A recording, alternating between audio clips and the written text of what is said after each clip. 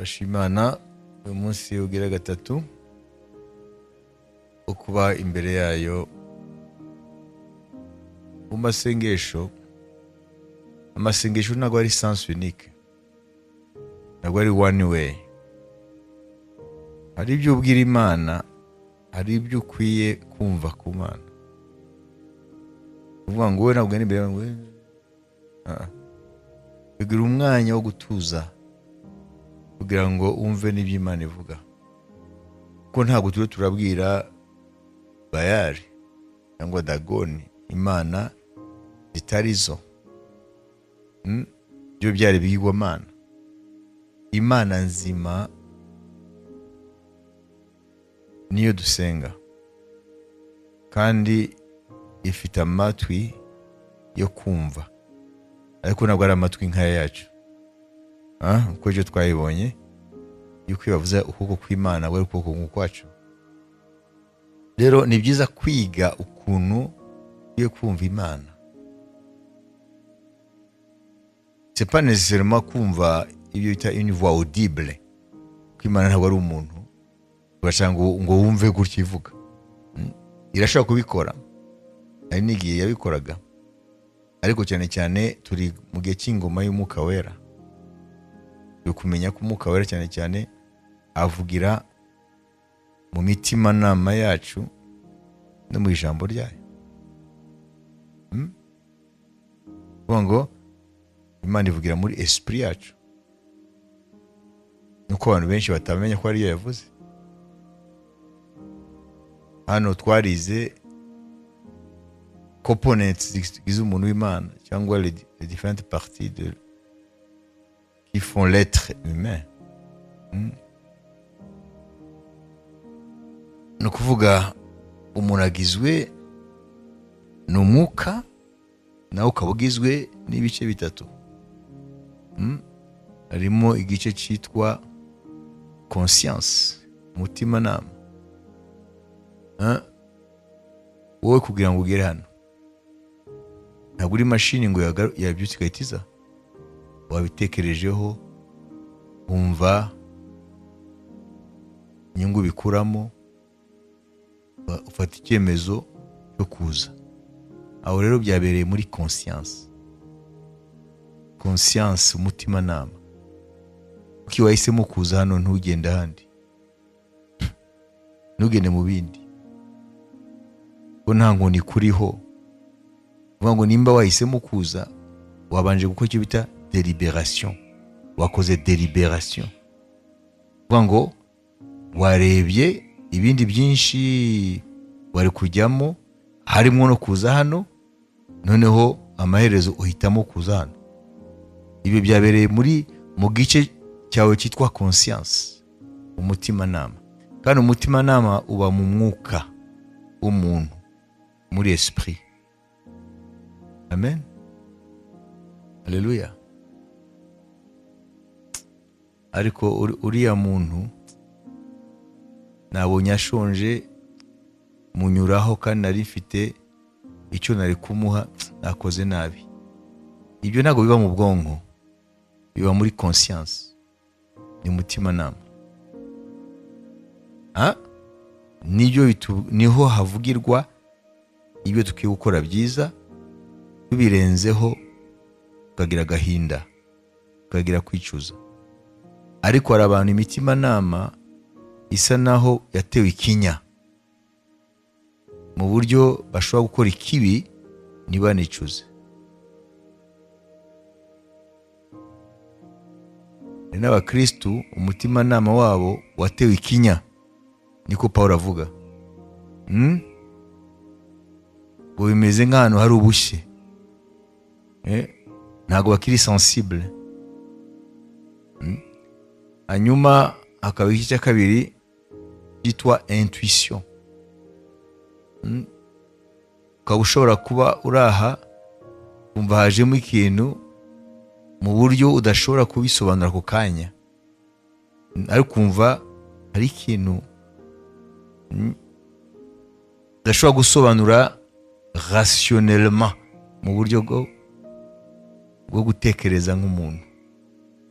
Iyo ni intuition.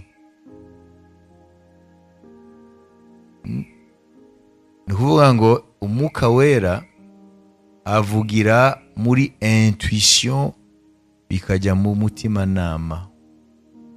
Umutimanama rero ukayungurura. Abyumvise? Kuvuga ngo umutimanama, conscience na intuition bisa naho biri hamwe mu buryo rimwe udashobora no kubivangura, ariko cyane cyane bimenyekana ko bitandukanye mu gihe haje igitekerezo wumva yuko udashobora gusobanura mu buryo bwa kimuntu. Menye ko icyo gitekerezo ça émane du monde spirituel, biva mu isi y'umwuka. Urako conscience yo uri conscient nyine, uratekereza, urazi ibyo uratekereza. Uriya muntu namunyuzeho, sinamufasha kandi nari mfite icyo kumufashisha. Numva se kuri conscient yuko wakoze nabi, aho ni mu mutima nama. Ariko intuition rero ntabwo iva mu bintu ushobora kumva gutya. Ushobora kuba hari umuntu uzi, ntibigeze umubona ngo ubone ko ari mu bibazo, ubone ko ashonje, ariko ukumva gusa wenda ntimunaherukana, ukumva gusa ko numva kanaka, numva aricyo namukorera. Bashobora kuba ari muri besoin, afite ikibazo, ntago muherukana, ntiwamubonye, ntiyagutelefonye, nta muntu yakubwiye ibye, kumva muri wowe gusa ko ukwiye kugira icyo ukorera uriya muntu. Leta ufata iyo momo yawe, nimba ari mu mafaranga, nimba ufite telefone zifite ukabaza umuntu ukamwohereza, hanyuma mu nyuma ukaza gusanga koko yari muri besoin. Iyo rero ni intuition, kuko source ntabwo iri mu bitekerezo. Imana rero iyo ivuze rero ivugira muri intuition, bigahita bihereza umutima nama. Amen. Hanyuma akaba ariho icya gatatu yitwa communion. Muri esprit muntu harimo icyumba cyitwa communion, ubusabane. Aho niho umuntu w'Imana atakiri wa kamere, w'inyama n'amaraso. Aho niho asabanira n'Imana. Niyo Paulo uzumva avuga ngo Imana yabasokuruza nkorera mu mwuka wanjye. Ayibise bivuga ngo aho asabanira nayo mu mwuka we ni mu gice cyitwa communion. Niho umuntu asabanira n'Imana. Kuko ko Imana yaturemye. Ubwo benshi nabyo bazi gusa ko bona umubiri. Hanyuma ukagira rero ikindi kintu cyitwa âme, ubugingo, soul. Mu Giswahili nafsi. Ubugingo buri mu iki? Nawe ufite ibyumba bitatu. Ubugingo burimo l'intellect, ibitekerezo. Ibitekerezo biri rationnel, ibitekerezo byumvikana. Iyo utekereza ibintu byumvikana gutya, iba ari mu gice cyawe cyitwa ubugingo, l'âme. Nyuma yo kwiga point ya mbere turafata iminota 5 dusenge. Ibyo bivuye he muri jewe?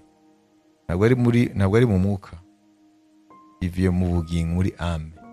C'est mon intellect. Kuko ntabwo nkeneye revelation.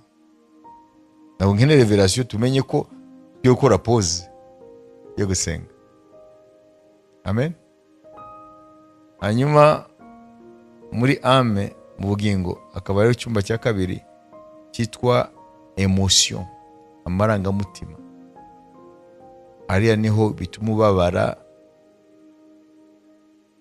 habaye impamvu, cyangwa bigatuma wishima, habaye impamvu.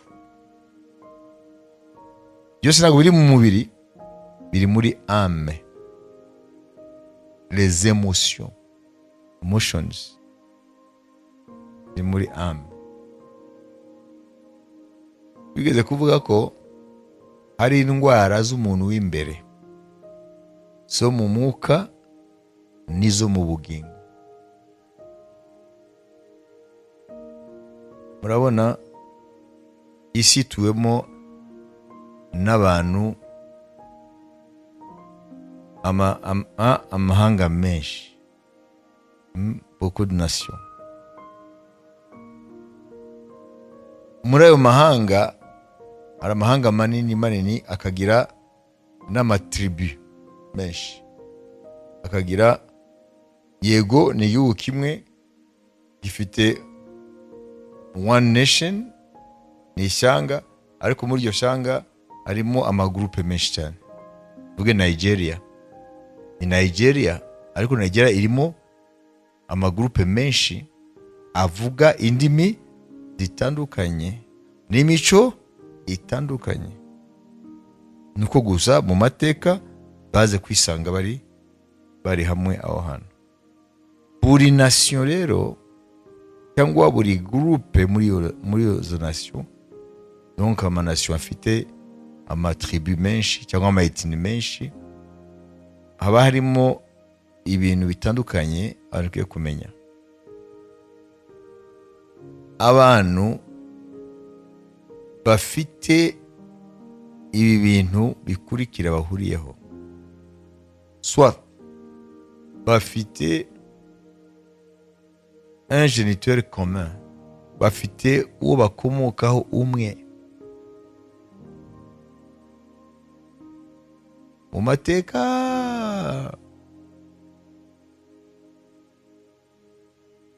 abana abanyarwanda bavuga ngo turi bene gihanga, muyumva yawe, bashaka kuvuga ko dufite, nitugenda twese turisanga ku muntu umwe. N'urugero mbahaye, n'abandi mu bindi bihugu bimeze gutyo. Okay? Ni ukuvuga ngo rero iyo abo bantu bafite umuntu wakomokaho umwe, tuvuge Yakobo, ya miryango 12 mukomokaho yose, ariko buri muryango nawo ukagira ibyawo, ibyo bita les tribus. Ntabwo ari umuryango wa papa na mama. Noneho bakaba bafite umuntu wakomokaho umwe, cyangwa se bakaba baba ahantu hamwe dans une aire géographique commune, bakaba mu gace runaka, mu mateka yabo hakaba harubakitse umuco umwe, one culture, une seule culture, bakaba bafite ururimi rumwe, bakaba bafite ibyo bemera bimwe mu byerekeye imisengere, imyemerere yabo. Ibyo byose ubishize hamwe, nubwo abo bantu baba ari miliyoni 20, bafite ikintu kimwe babimenya batabimenya kibahuza. Nico impuguke y'Umuswise, psychiatre psychologue, impuguke mu miterere y'umuntu w'imbere, yaravuze ngo ari ikintu bita l'inconscient collectif. Ni ukuvuga iki? Ni ukuvuga hari ibintu bibaranga mu miterere yabo nubwo batabimenya. Niyo mpamvu uzava muri iki gihugu ugasanga wenda ntago bajya bagaragaza mu buryo bworoshye ibyishimo byabo. Ese barabyumvikanye? Oya. Wagenda mu kindi gihugu ugasanga ari abantu akariko kose kabanejeje, ugasanga baraturitse, bararirimbye, barabyinnye. Barabyumvikanye? Oya. Nibyo bita l'inconscient collectif, ko bafite icyo bahuriyeho, yarubakitse mu majene yabo. Ayumvise? Amen. ibyo rero tugiye kubimenya kuko turiho turavuga emotion, turiho turavuga muri ame y'umuntu, muri soul ye, muri nafsi ye, mu bugingo bwe. Bibiliya ivuga ame ngo ni ubugingo, Bibiliya y'Ikinyarwanda hariho igice cyitwa amarangamutima. Uriya muntu ntushobora kumenya amarangamutima ye, siko bavuga. Bavuga iki? Bavuga iki? Uriya muntu ntushobora kumenya amarangamutima ye, bavuga iki? Okay. Ese uko niko Imana yari yaremye Adamu na Eva? Oya. Ikibazo kiri nimwe mu ndwara y'amaranga mutima. Mu gihe atazamenya ko ari indwara, ntazamenya uzayimuvura, kandi ntabwo bayivura kwa muganga, ni Imana iyivura. Ukwiye kumenya ko urwaye. Amen. Imana yaturemanye amarangamutima akwiye kugaragara iyo umuntu yishimye, akwiye kubabara iyo umuntu abaye impamvu, kuko ntabwo turi ibiti n'amabuye. N'Imana ubwayo yaturemye mu ishusho yayo ifite za emotion. Soma Bibiliya uzumva Imana irakara, uzumva Imana yishimye. Uyu niyo emotion normale z'umuntu muzima. Rero buri peuple, buri bantu bafite ibibaranga. Amen. Abo nabo bafite amarangamutima nk'ayo, bishima ako kanya iyo ibintu bafite izindi ndwara zabo zo marangamutima. Ashobora kuba barakara vuba, ntibigarure. Ibintu nayo ni ikibazo. Rero dukwiye kubimenya ibyo. Imana ishimwe. Rero nimba uri umwana w'ubwami, ukwiye kumenya uburwayi wazanye mu bwami kugira ngo ugire Umwuka Wera akuvure. Imana ishimwe. Nimba hari inkuru inezeza, ukwiye kunezerwa. Nimba bitabaye gutyo, ntabyo ujya guhimba ya kwa muganga, ya muri klinike y'umwami, umubwire ati ndarwaye maranga mutima. Hariho umuntu ushobora kumuha kado, gift, kandi si kuvuga ngo yayigaye, ariko ushobora kubona n'agasinye k'umunezero, kandi ntabwo yayigaye, ararwaye. Il est malade ou elle est malade. Donc les émotions sont là pour être exprimées. Imana duha amaranga umutima ngo agaragare. Anishima. Kwishima kuko habaye ikintu gishimishije ntabwo ari faiblesse. C'est normal. Ibisanzwe. Amen. Hallelujah. Kandi nugenda mu bihugu runaka ukabona bo bafite za emotion zituma ikintu kiza ntuzavuga ati ariko se abantu ntabwo bari seri, ahubwo ni urwaye. Uri umusazi azi ko abandi bazima nibo basazi. Hanyuma wavuze intellect, tekerezo, emotion, amarangamutima, hariho na volonté, ubushake.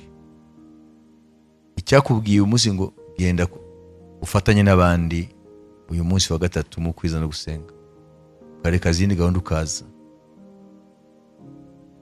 Icyaguhagurukije ni muri ame, ni mu bugingo bwawe, niho hari ubushake, niho bwakorewemo kugira ngo uhaguruke uze. Ni ubushake. N'ubushake nabwo bushobora guterwa n'indwara nabyo, umuntu akabura ubushake bwo gukora ibintu byiza. Donc ni uburwayi bwo muri âme, sont des maladies de l'âme. None nk'umuntu agenda yifuza buri kintu cyose, anyura Nyabugogo abona ibintu yifuza, afite amafaranga sibyo, akabigura. Yagera kuri péage akabona ibindi akabigura. Yagera kwa Rando akabona ibiri akabigura. Yagera i Nyagasambu akabona ibiri akabigura. Uwo muntu afitiye ikibazo kiri he? Mu mwuka, mu bugingo. Kiye kumenya rero ibi bintu twita ibyaha ese biri mu kihe gice cyanjye, kugira ngo Imana ibashe kugukiza. Amen. Ese umwami Sawuli igihe Dawidi yamuvugirizaga kugira ngo uwo mwuka mubi wamuteye aruhuke, hanyuma agahita fata icumu akamuca kumwica, yararwaye mu kihe gice? Biri muri Bibiliya? Ni kihe gice? Ni mu mwuka, ni mu bugingo, ni he? Ni mu bugingo. Iyo ni devoir mbasigiye. Biri muri Bibiliya yawe. Ukwiye kwimenya, ese ndwaye hehe?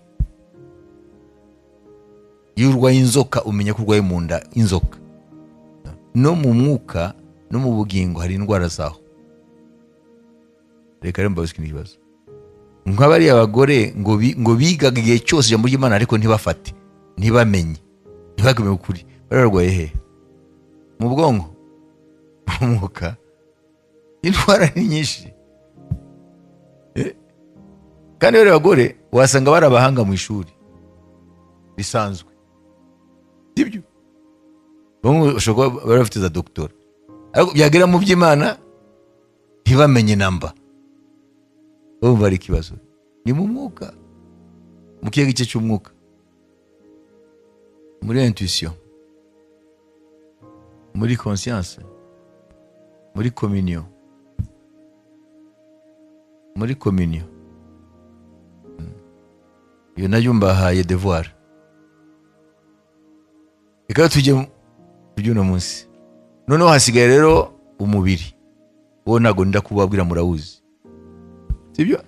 Ibintu benshi batazi ni biriya bitabo byaboneka, ubugingo n'umwuka. Ariko umubiri wawe urawuzi.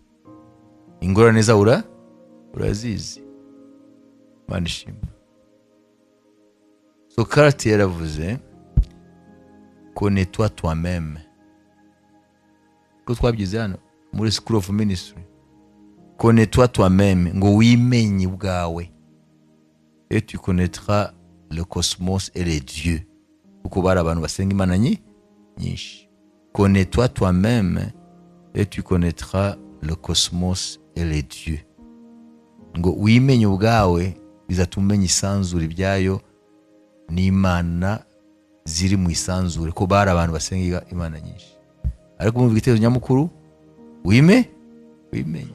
Abantu benshi ntago bimenye. Icyo kibazo ntago bimenye.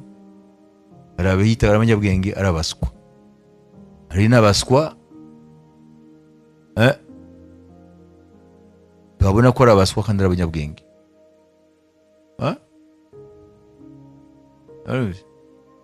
Arabazi ko bakomeye kandi arabanyantege nke. Arabazi ko batunze kandi arabakene. Bivuga ngo abantu benshi ntago biyizi. Ibyo kibazo ntago biyizi. Wimenye ni uzamenya n'ibindi.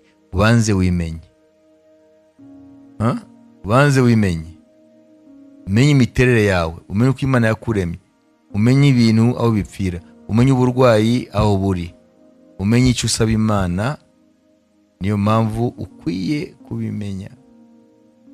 Murazi iyo umuntu atimenye ntamenya n'ibyo akeneye.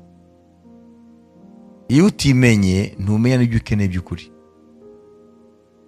Ushobora kwibaza ko ukeneye ibi kandi atari ibyo ukeneye, ko ntago wiyizi. Salomo ari Gabaoni, bagiye gutanga ibitambo ku Mana. Yamaze kubaka ingoro agira yegurira Imana. Salomo i Gabaoni, Imana iramubwira ngo nsabe icyo ushaka ndakiguha. Salomo nubwo yari akiri muto yasabye ubwenge kugira ngo iyo ngoma yasigiwe abashe kuba à la hauteur y'izo nshingano. Urazi gusimbura Dawidi ntabwo byari byoroshye, asaba Imana ubwenge. Imana byarayinejeje, iravuga ngo kutansabye ubutunzi, kutansabye kurama, kutansabye gukiza abanzi, kutansabye byubahiro n'ibiki byose, ukansaba ubwenge ngo unyoborere neza abantu banjye, unabiri utansabye ndabiguhaye. None Salomo yari afite iki? Yari yiyezi. Niyo mpamvu yasabye neza. Kutimenya bituma utamenya n'icyo ukeneye. Cyari kibazo. Kutimenya bituma na niyo mpamvu no masengesho. Kutimenya bituma ujya gusenga amasengesho atariyo. Kutimenya bituma usenga amasengesho atariyo. Ku Imana izi ibyo ukeneye kawiti yakamenya ibyo akeneye ntiyari gusengera ibi. Probleme ntago tuyizi. Ntago tuyizi. Imana hari igihe ivuga ibintu abantu babyumve. Inyamaswa Imana ivuga ngo zifite ubwenge kurusha abantu, ngo hari ibyo zimenya abantu nahaye ubwenge ntibabimenye. Dusomere Yesaya iki cya mbere, mwumvire zari. Ndakubwira aho ugarukira neti mukundwa.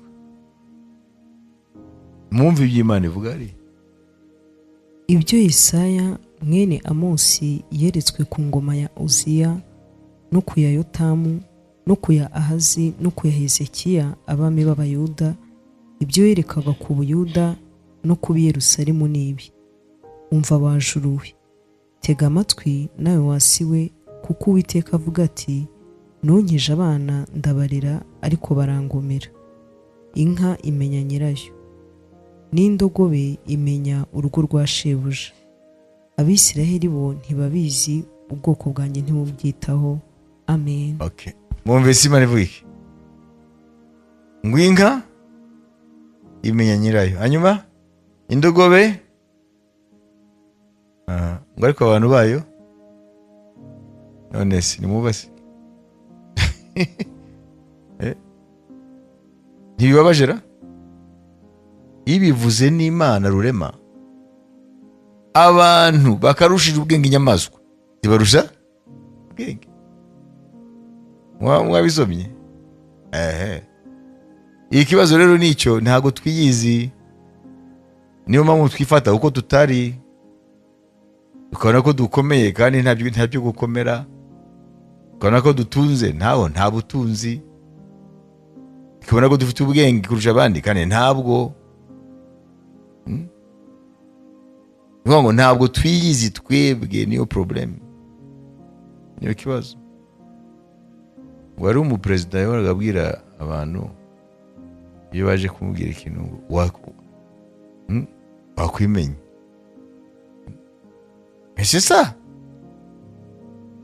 kwiye kwimenya, umenye ibyo uvuga n'ibyo usaba n'ibiki byose. N'amasengesho rero ntushobora kumenya ibyo usaba kandi utiyizi ubwawe.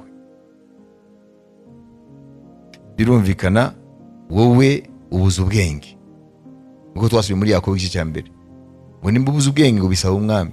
Wabuze ubuze ubwenge, ariko wowe uri na jua, uzi kuzi byose, uzigira usaba ibikumara ubujiji. Ko nabyo uzi. Ko ukwiye kwimenya ni uzamenya besoin zawe.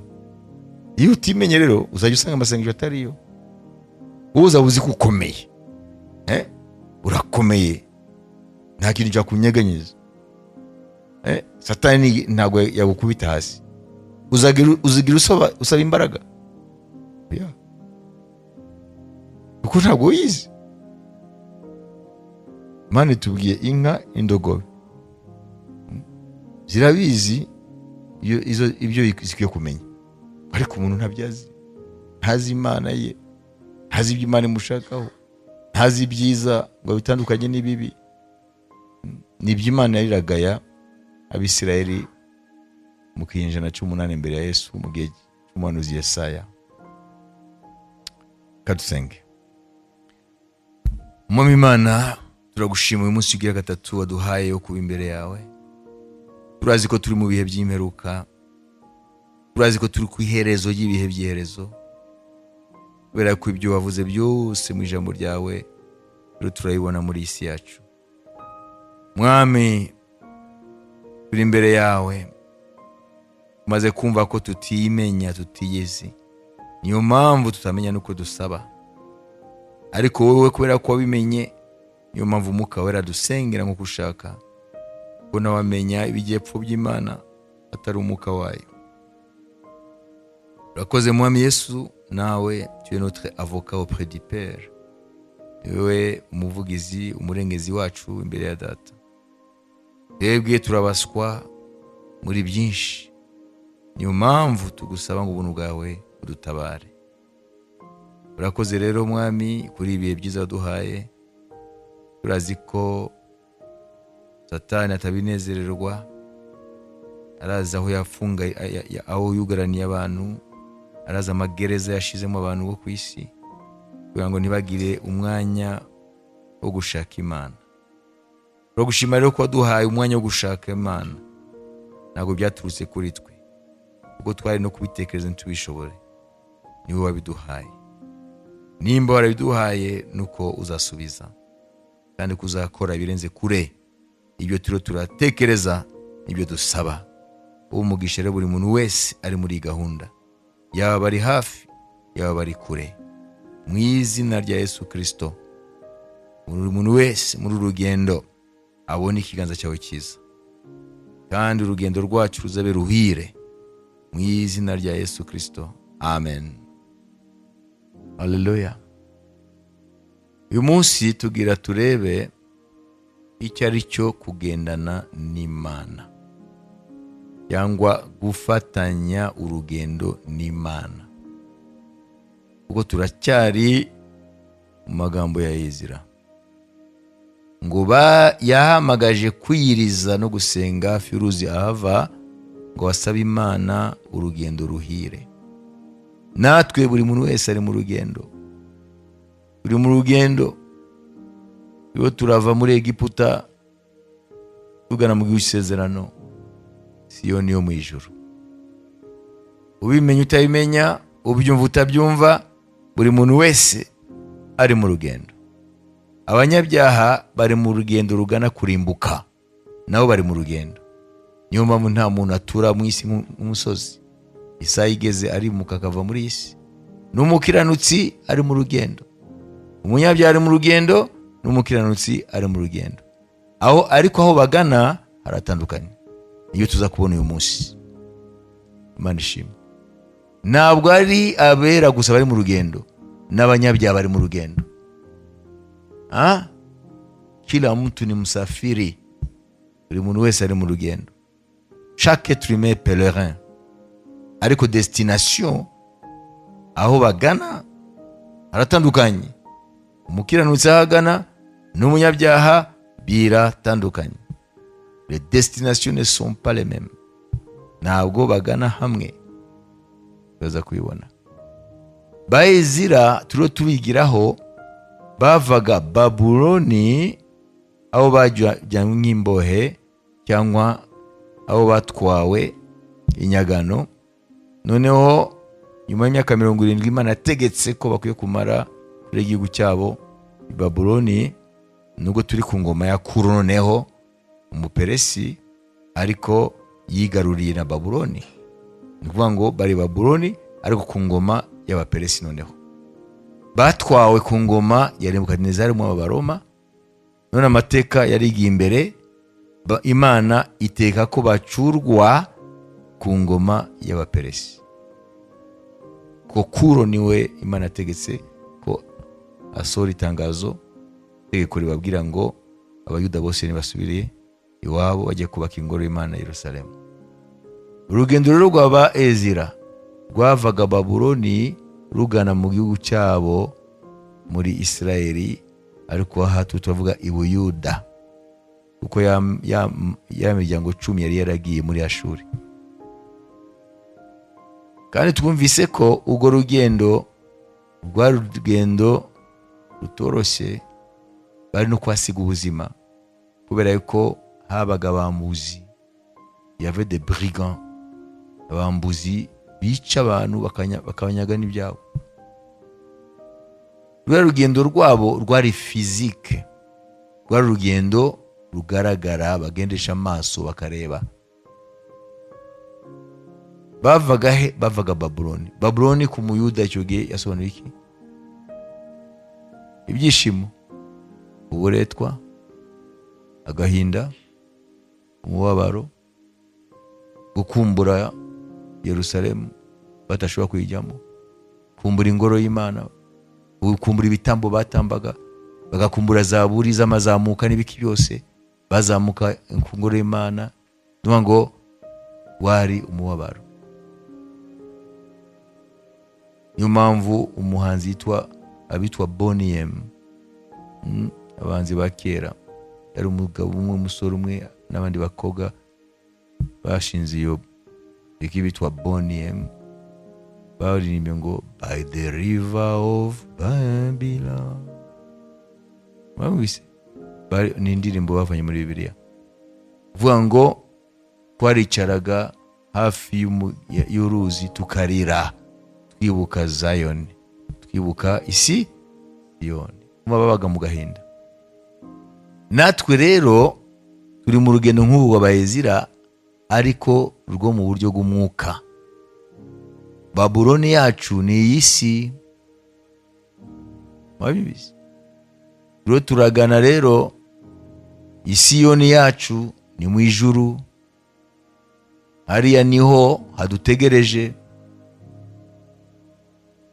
Nk'uko urugendo rw'Abayezira rwanyuraga mu mayira akomeye arimo abambuzi n'ibiki byose, natwe niko bimeze. Urugendo rwacu hari ingabo z'umwijima ziza kuduhagarika mu nzira, zitwambure zinatwice, kuko abadayimoni ntabwo bakwambura gusa imigisha y'Imana, ibihe byiza n'Imana, impano z'Imana. Abadayimoni baranakwica mu mwuka. Niyo mpamvu nk'uko Ezira atagurutse n'abantu ngo bapfe kugenda, agateka ko babanza kwiriza no gusenga hafi y'uruzi yarava, basaba Imana izabahe urugendo ruhire, niko natwe biki kugenda. Naho ubundi ntabwo twagerayo, cyane ko turi no mu bihe bikomeye. Wabyumvise? Ndiyo ndabaha cadre twe turasengeramo. Amen. Rero gufatanya n'Imana urugendo bivuga iki? Cyangwa kugendana n'Imana bivuga iki? Qu'est-ce que ça signifie marcher avec Dieu? Ça veut dire quoi? Kugendana n'Imana. Ewe ni umutwe. Ko abantu benshi barasoma muri Bibiliya ngo kugendana n'Imana, ngo ndagendana n'Imana. Ariko bajya kubaza ati bivuga iki concrètement? Imana se ko atari umuntu ngifite amaguru, mugendana muti? Ejo twabonye ukuboko kw'Imana. Imana ntabwo ari umuntu ufite umubiri ngo ifite ukuboko. None se Ezira yavuze ngo ukuboko kwiza kw'Imana kwari kuri we, na Nehemiya arabivuga, Imana sigira ukuboko kandi idafite umubiri. None uyu munsi baratubwira ngo kugendana n'Imana, Imana si ifite amaguru. Nibyo tuzakubona. Hariho za concept, ibitekerezo biri muri Bibiliya abantu benshi batazi, bakabifata for granted, bakabifata gusa ko bayifata gutyo. Imana atekereza ahubwo Muhammad urakoze, Muhammad ugendana nawe hano, so ese ugendana n'Imana bivuga iki? Bivuga iki? Bivuze kureba uyu munsi uko Bayezira nimba barageza amahoro i Buyuda, Yerusalemu, nuko iyo Mana basenze bagendanye nayo. Amen. Niwe bakijije bariya bagome. None se kugendana n'Imana bivuga iki? Concrètement bivuga iki? Niyo turakureba uyu munsi. kuko natwe muri aya masengesho turiho turasaba Imana urugendo ruhire. Amen. Imana igendane natwe, irwanye ibishaka kutubuza kuzagera i Siyoni, kuzagera mu ijuru. Ibirwanye tubone ineza yayo, tubone imigisha yayo, tubone gutarwa kwayo. Ejo twabonye ibintu bitatu biranga ukuboko kw'Imana iyo kuriko kurakora. Cya mbere ni favor, igikundiro. Imana iha igikundiro Nehemiya mbere y'umwami, amuha uruhushya rwo kujya gukora umurimo w'Imana wo gusana Yerusalemu no kongera gusana inkike no gusanga amarembo. Amuha imusha, amuha n'ibikoresho, amuha n'amafaranga, ibintu byose. Ezira nawe umwami nawe yaramuhaye ibikenewe byose kugira ngo agende gukora umurimo Yerusalemu ku bantu bari baratashe ariko batakimenya ijambo ry'Imana. Agenda abigisha ijambo ry'Imana, amategeko y'Imana yabo, kuko yari umuscribe, yari umunyabwenge mu byanditswe byera. Hanyuma agahita avuga ngo kuko ukuboko kw'Imana yanjye kwiza kwari kuri je. Niyo bita favor, niyo igikundiro. Icya kabiri, twabonye ko ukuboko kw'Imana iyo kuri ku muntu, amen, ni protection, kuramurinda, amen, kuramurwanirira. Abanzi be bahinduka abanzi bayo. Haleluya. Icya gatatu ni iki? La force, la puissance. Imbaraga z'Imana ziba ziri mu buzima bw'uwo muntu, nizo zikingura inzugi zakinzwe, nizo zihindura circonstance zose z'ubuzima bwe zikaba favorable kuri we, nizo zituma amasezo y'ubuzima bwe aba amasezo meza, nizo zituma abandi baburanirwa bagata umutwe wakabona Imana yagurukije ibikona. Abazi Bibiliya barumva icyo mvuga. Imana igategeka umupfakazi w'Serepta. Abazi Bibiliya bazi icyo mvuga. Ni ukuvuga Imana igategeka Publius uriya yatwaga ikirwa cya Chypre, ikirwa cya Malte. No, irashitwa Malte. Chypre niho Barnaba akomoka. Ikirwa cya Malte aho bwa bwato bw'abasutsi, ahandi hateye indwara y'amacinya, la dysenterie. Imana ikamuha Publius fata Paulo, amen, akamwitwararika akamucumbikira mbere ko bakomeza i Roma. Imana ikamukoresha, abarwayi bose b'icyo kirwa barakira. Noneho bazana ibintu byinshi cyane by'impamba azakenera mu rugendo kugeza i Roma. Nibyo bita ukuboko kwiza kw'Imana kwari kuri Paulo, niko kudukenura mu byo dukenye. Ntabwo ari amanyanga yacu, ni cyose n'uburiganya nibi. Dufate iminota 5 hanyuma turaza kumva rero icyari cyo kugendana n'Imana. Yose ibyo wumvise ntiwabura ibyo usengera, sibyo? Twumvise ijambo nyamukuru kwimenya. Iminota 5.